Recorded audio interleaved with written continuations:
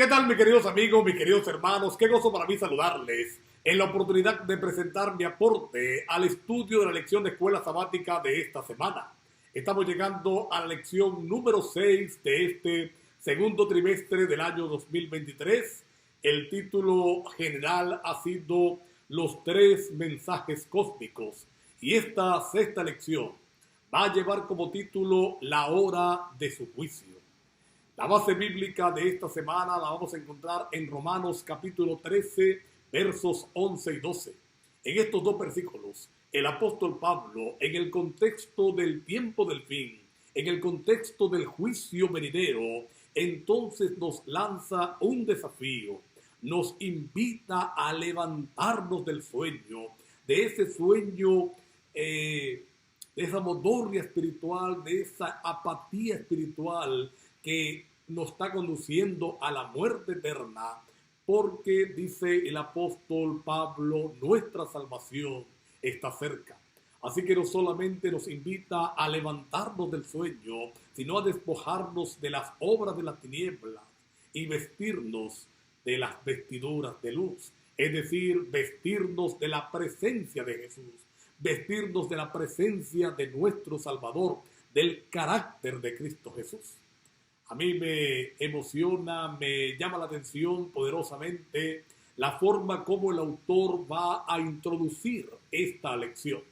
La va a introducir con un relato escrito en la revista National Geographic hace unos años atrás y que relata el hecho de un incendio en el Parque Yellowstone en los Estados Unidos. Dice que fue un incendio de gran magnitud, un incendio devastador de este parque, y cuando los bomberos y el personal de rescate logró controlarlo, van a encontrarse con una escena triste, impactante, pero de grandes lecciones.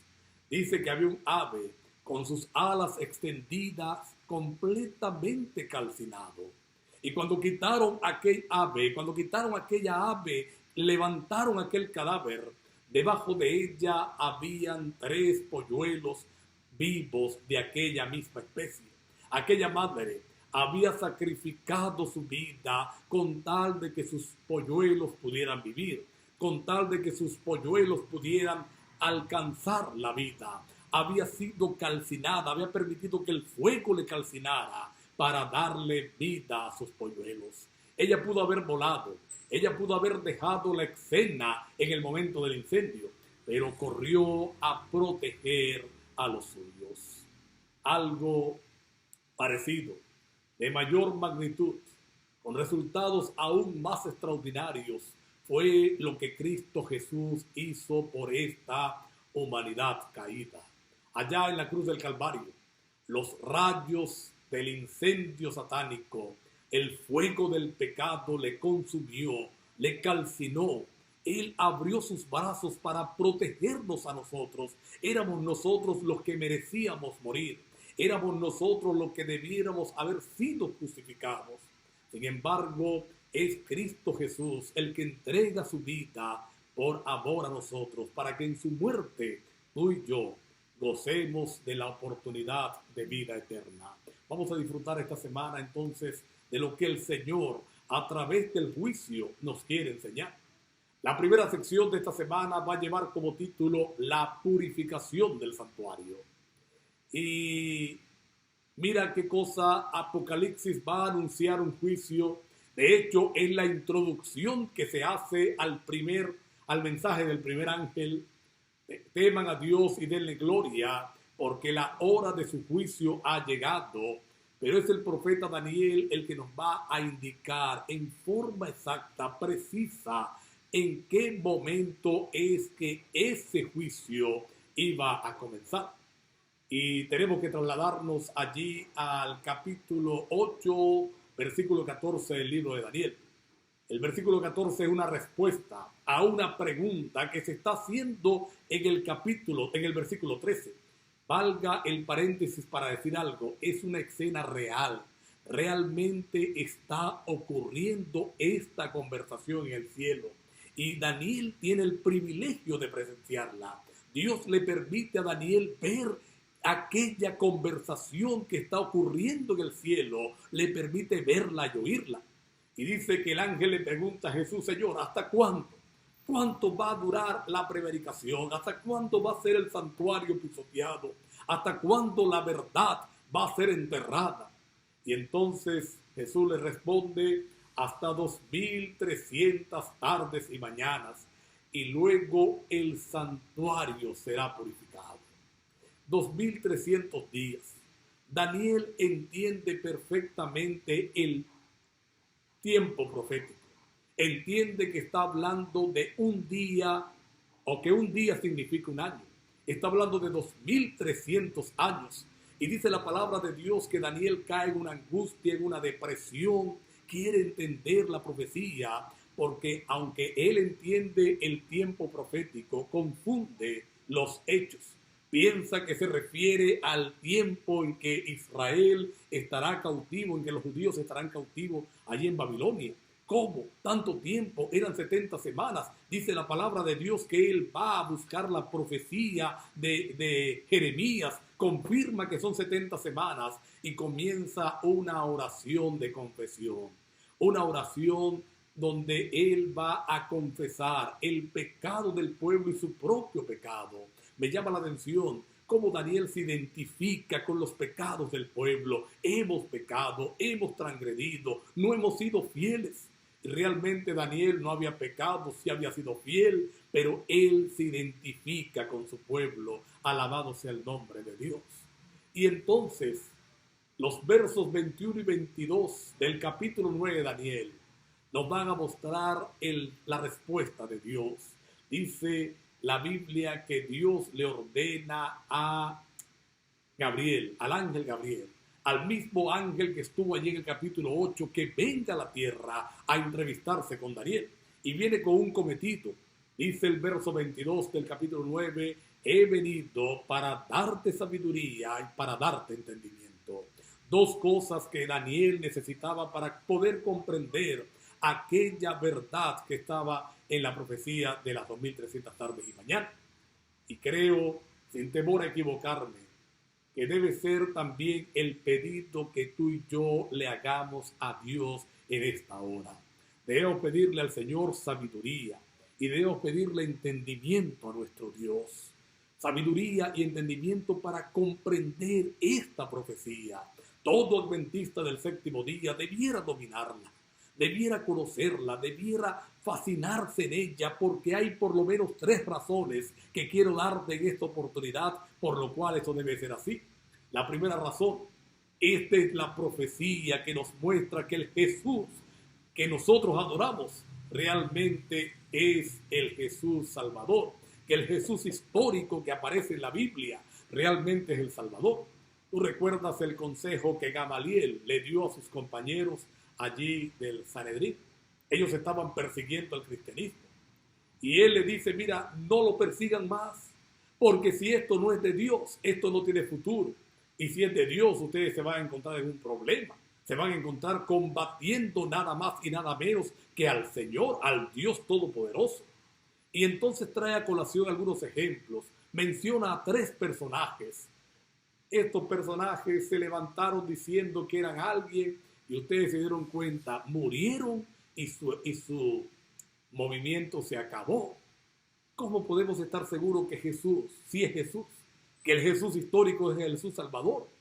La profecía de las 2300 tardes y mañanas es la profecía que nos muestra que Jesús es el Señor.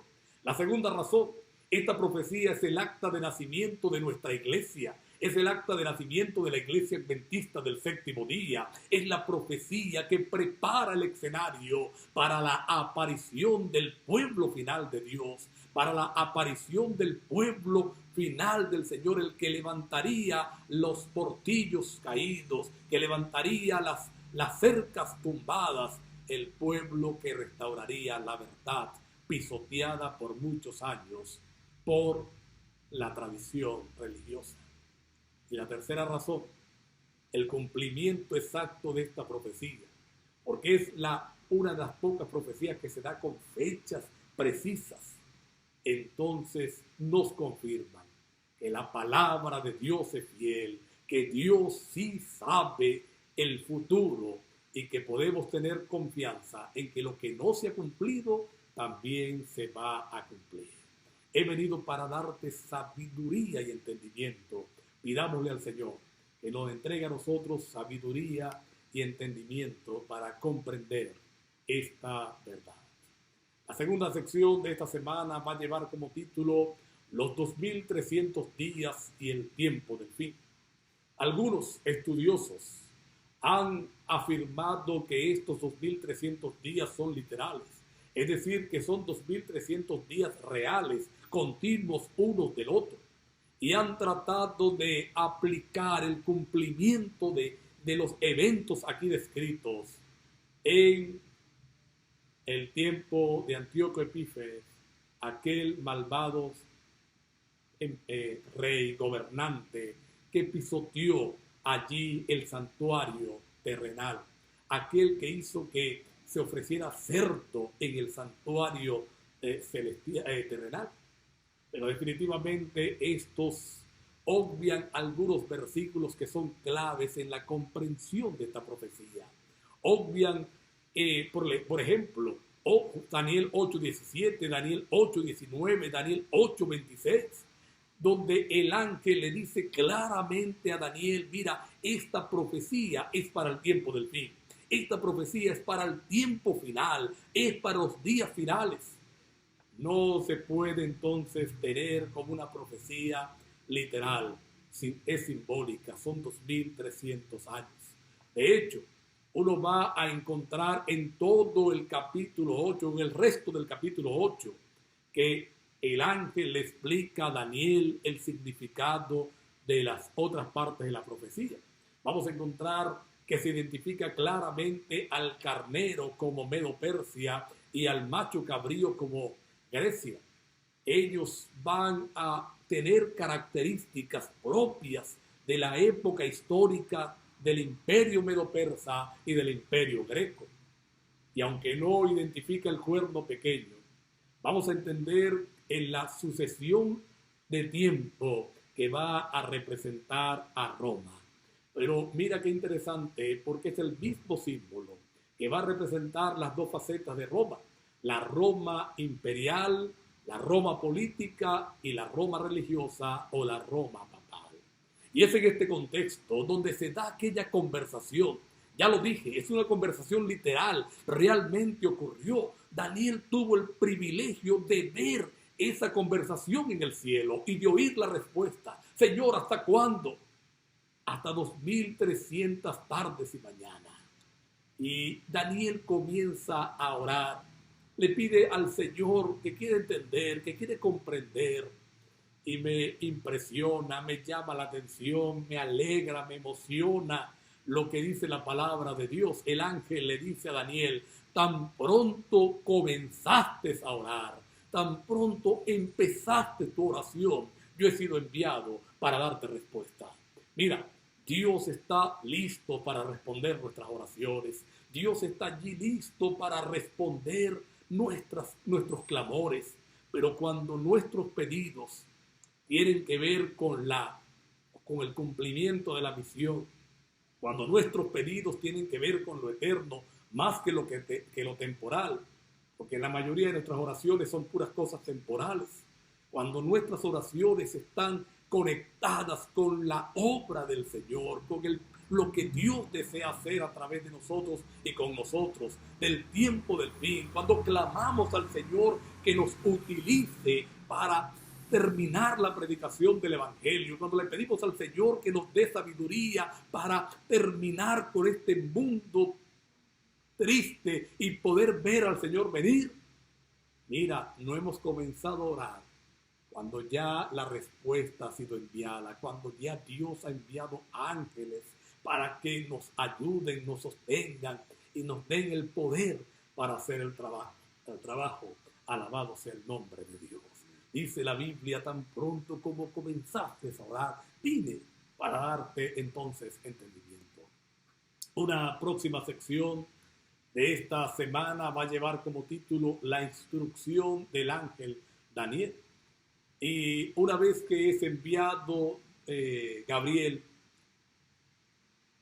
En el verso 23 del capítulo 9, el ángel le dice a Daniel, entiende pues la palabra y entiende la visión. ¿Qué visión? La que él lo había entendido. Mira que todo lo demás lo había entendido. ¿Quién era el carnero? Medo-Persia. ¿Quién es el macho cabrío? Grecia. El cuerno es el imperio siguiente. Y hoy entendemos históricamente hablando que es Roma y sus dos facetas.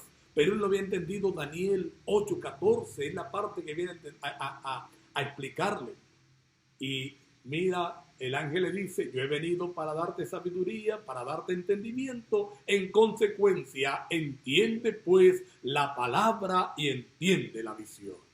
Y el ángel Gabriel va a comenzar la explicación de esta profecía amplia de 2300 años. Va a comenzar la explicación de la misma con otra profecía de tiempo. El verso 24 del capítulo 9. Entonces el ángel le dice a Daniel, 70 semanas están determinadas para tu pueblo. En otras palabras, 70 semanas serían exclusivas para tu pueblo. La expresión que aparece allí es cortada. Y la pregunta sería, ¿cortada de dónde? Sin duda de la profecía amplia. Es decir, de los 2300 años, 490 años. Que es lo que suma al multiplicar 70 semanas por 7 días que tiene cada semana, serían exclusivas para el pueblo de Dios. Y durante esas 400 o durante esos 490 años iban a ocurrir cosas especiales que prepararían al mundo para la salvación. La venida del Mesías, la muerte del Mesías y el cumplimiento profético de la predicación a todo el mundo, como lo vamos a ver un poquito más adelante. Así que el ángel Gabriel comienza a Daniel explicándole esta profecía con otra profecía de tiempo, las 70 semanas. La próxima sección lleva como título El Mesías cortado. Y el verso número 25 del capítulo 9, le dice a Daniel que desde que salga el decreto para la restauración hasta el Mesías príncipe habrían 7 semanas y 62 semanas. Ahora, mira, históricamente hablando, y el libro de Esdras nos lo va a presentar, 3 decretos fueron dados para regresar los judíos a Jerusalén. 3 decretos fueron dados para permitirle a los expatriados regresar a su nación. Entonces el primer decreto lo dio Ciro al terminar las 70 años de cautiverio, tal como lo había predicho Jeremías. El segundo decreto lo va a dar Darío. Estos 2 decretos le permiten a los judíos regresar, a los que quieran regresar. Y el tercer decreto lo va a emitir Artajerjes, el rey Artajerjes. Este es el decreto que nosotros tomamos para mostrarlo como inicio de los 490 años y de los 2300 años. Y pastor, ¿y por qué el decreto de Artajerjes? ¿Por qué no el de Ciro? ¿Por qué no el de Darío? ¿Por qué parece tan acomodado? No es que es acomodado, no es que las cuentas cuadran. Es que el decreto que se daría como inicio, según las palabras de Daniel 9:25, no solamente le daría libertad de regreso a los judíos, sino que le daría ciertas libertades políticas y religiosas. Es el decreto de Artajerjes el que le permite a los judíos gobernarse con sus propias leyes. Les permite a los judíos tener libertad para adorar a Dios según sus propios principios. Les dio cierta libertad.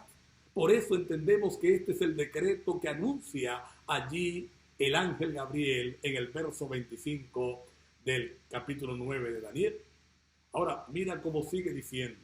Él ha dicho, 70 semanas están cortadas, determinadas para tu pueblo. Entiende que desde que salga la orden de restauración, habrá 7 semanas y 62 semanas. Según esta profecía, a la 7ª semana, los muros de Jerusalén serían edificados, serían terminados de reedificar, y al culminar las 62 semanas siguientes, es decir, la semana 69, el Mesías, Cristo Jesús, sería ungido, sería bautizado, porque es el momento del ungimiento. Y qué interesante es saber que históricamente hablando, desde el año 457 a.C., que es cuando se emite este decreto. Recuerda, valga la explicación, el paréntesis, que antes de Cristo los años vienen en retroceso. Es decir, este es el año 457, el año siguiente es el 456, el año siguiente 455, y así sucesivamente, porque estamos viniendo a encontrarnos con Jesús. Es antes de Cristo.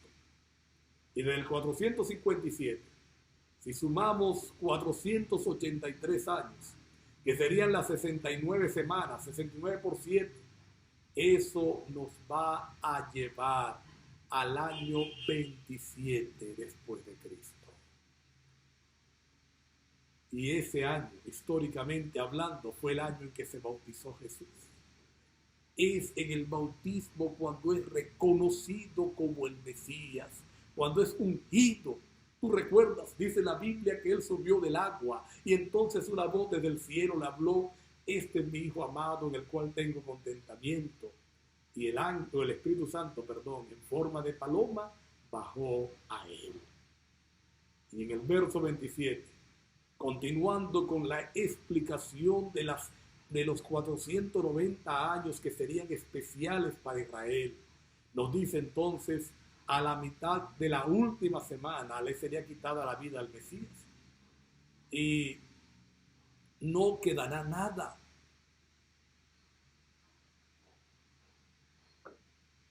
Moriría por amor a nosotros. No sería una muerte suicida.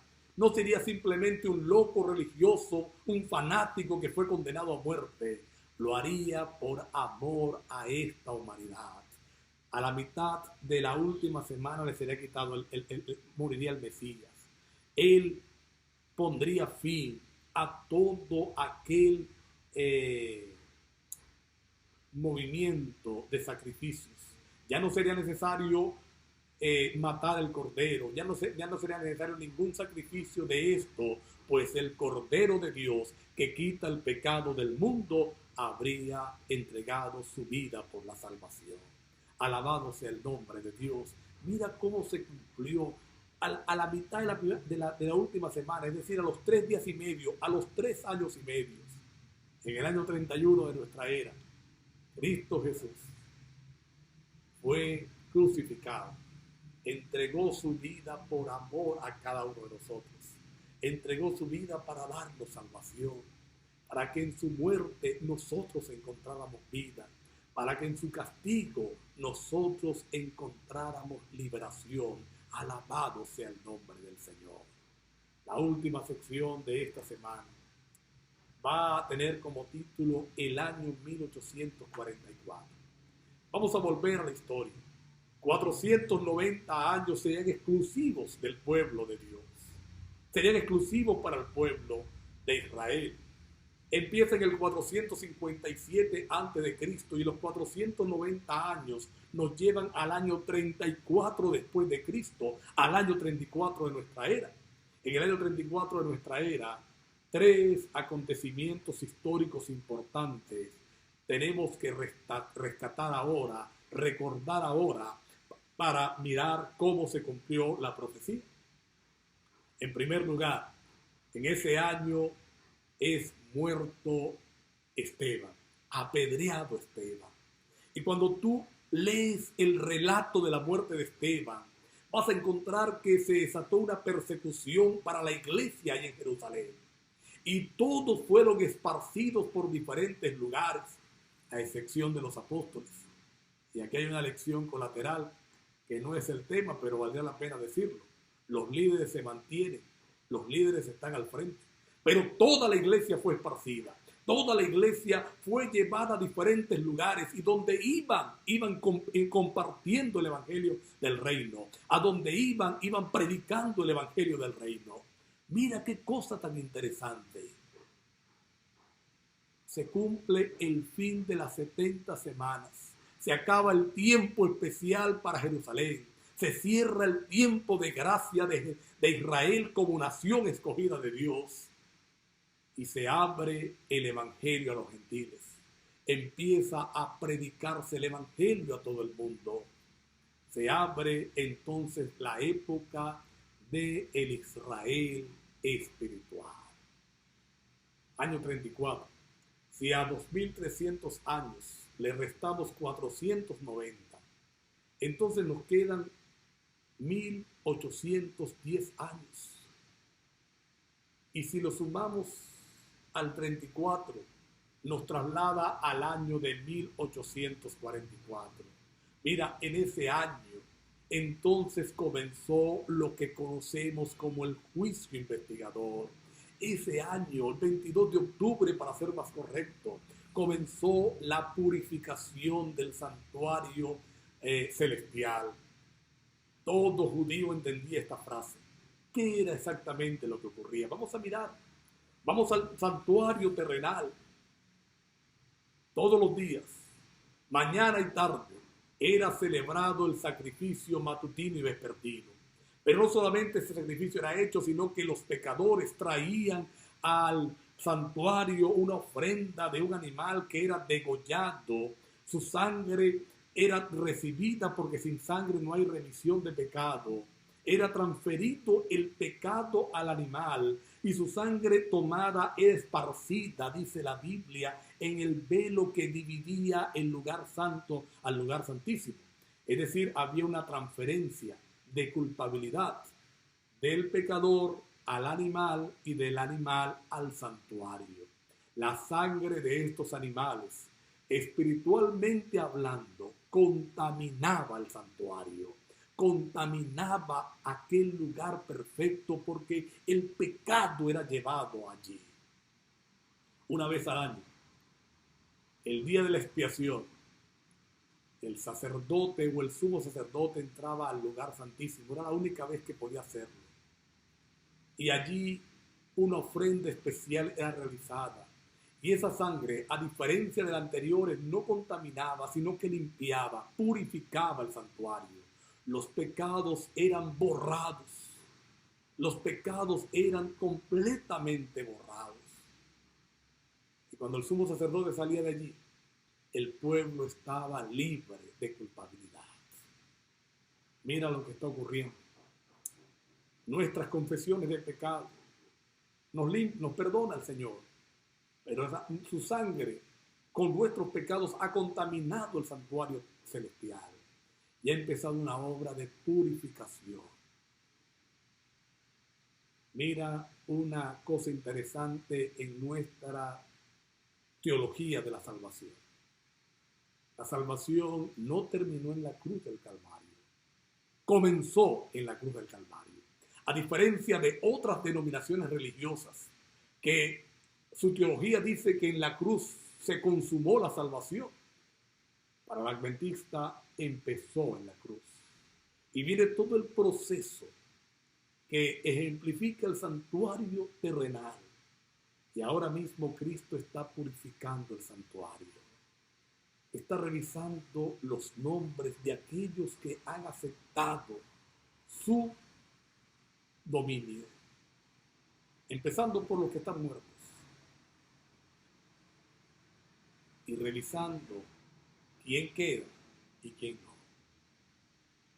El día de la expiación, los judíos hacían de ese día un día solemne, hacían de ese día un día de solemnidad absoluta, de entrega. La Biblia usa una expresión interesante: afligían sus almas, es decir, empezaban a reconocer para ver si había algún pecado que estaba allí sin confesar, sin dejar, y que el Señor les permitiera dejarlo.